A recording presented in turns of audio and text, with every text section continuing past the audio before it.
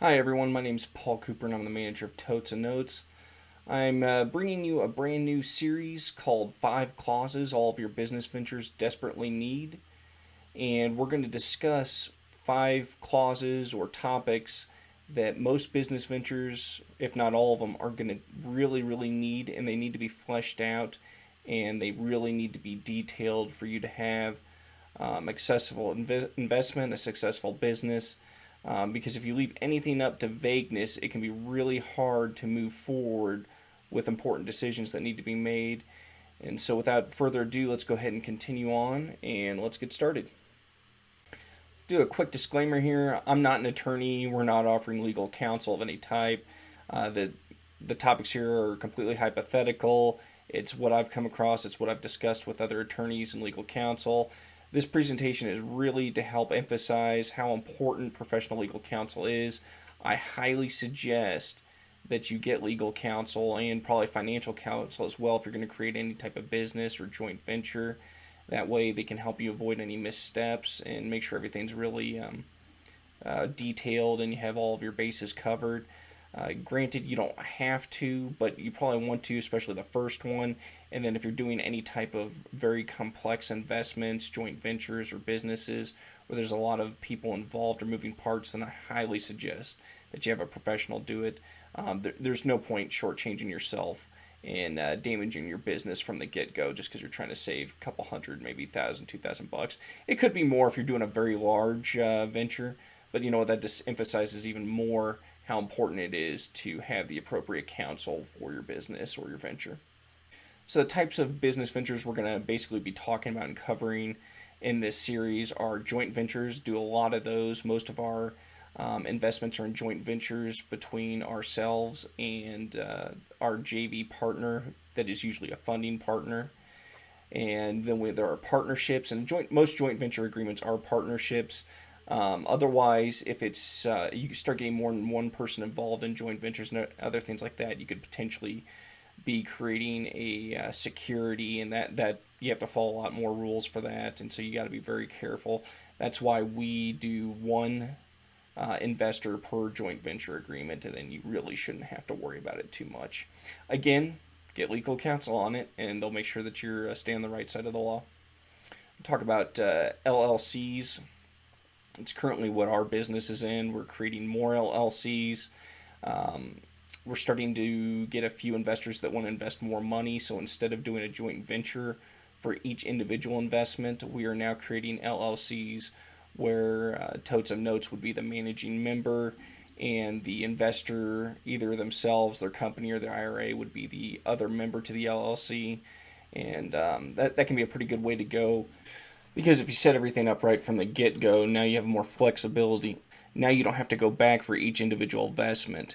Everything can already be organized. It gives you more flexibility because you have the process down so you can continue business as opposed to having to discuss each individual investment and make each individual investment its own entity or joint venture. Corporations can also be good depending on how you want to get things set up in your taxes and different strategies like that. And those are generally going to be a little bit more complex, and most smaller investors aren't going to need them, especially if it's just one investor and one manager per entity. Types of documents: joint venture is going to have a joint venture agreement. Operating agreement's going to be for your LLCs usually, and corporate bylaws should be used for most corporations. These are going to be very similar documents as far as the clauses and the wording. Generally, the larger the entity, though, and the more complex it is, then the bigger the document, the more things it'll have going on in it. But a lot of the things will be very similar. Again, make sure you have appropriate legal counsel to make sure that the document that you're working on has the appropriate language, because they may and probably do differ between the type of organizations and structures that you're using. The 5 major clauses that need to be addressed are decision making, capital contribution, salaries and distributions, death and disability, dissolution, aka business divorce. And so the next video will be about decision making, and that's going to cover who makes the decisions, the roles and responsibilities, and ultimately what needs to be done to make a decision and who has the authority to do it. The third video will be capital contribution, who's contributing what capital, how much money, any type of intellectual capital and things like that. What do you do if you run out of money, and how do you take care of any other financial contributions? Fourth video, the third clause, will be salaries and distributions. Very important because this is how everyone gets paid, so most people are pretty interested in that, whether it's going to be salary, some type of dividends, equity sharing. It can get pretty complex. There's all types of advanced techniques and everything like that, so it's very important to get all of these set up correctly from the beginning, so it's very obvious for both you, well, for all parties involved. That way there's no questions and no uncertainty. Then the fifth video, the fourth clause, would be death and disability.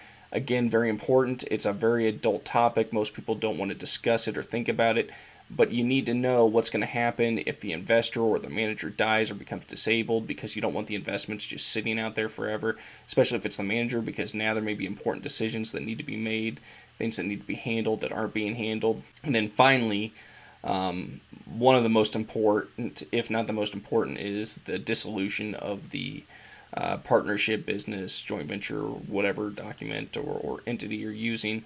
Also known as the divorce. This is very important because if you have this set up from the beginning, then there are no questions. You don't want to have to get attorneys, an arbitration team involved, or a judge to tell you who's getting what. You want it set up from the get-go. It makes it very easy. Because here's the thing. Just because you're setting it up doesn't mean that one day the business is going to end. I mean, most businesses will and should end at some point, but that could be years from now. And it may be in time. It may be the time that it needs to dissolve. Most investments shouldn't be forever. It should be, maybe a few years.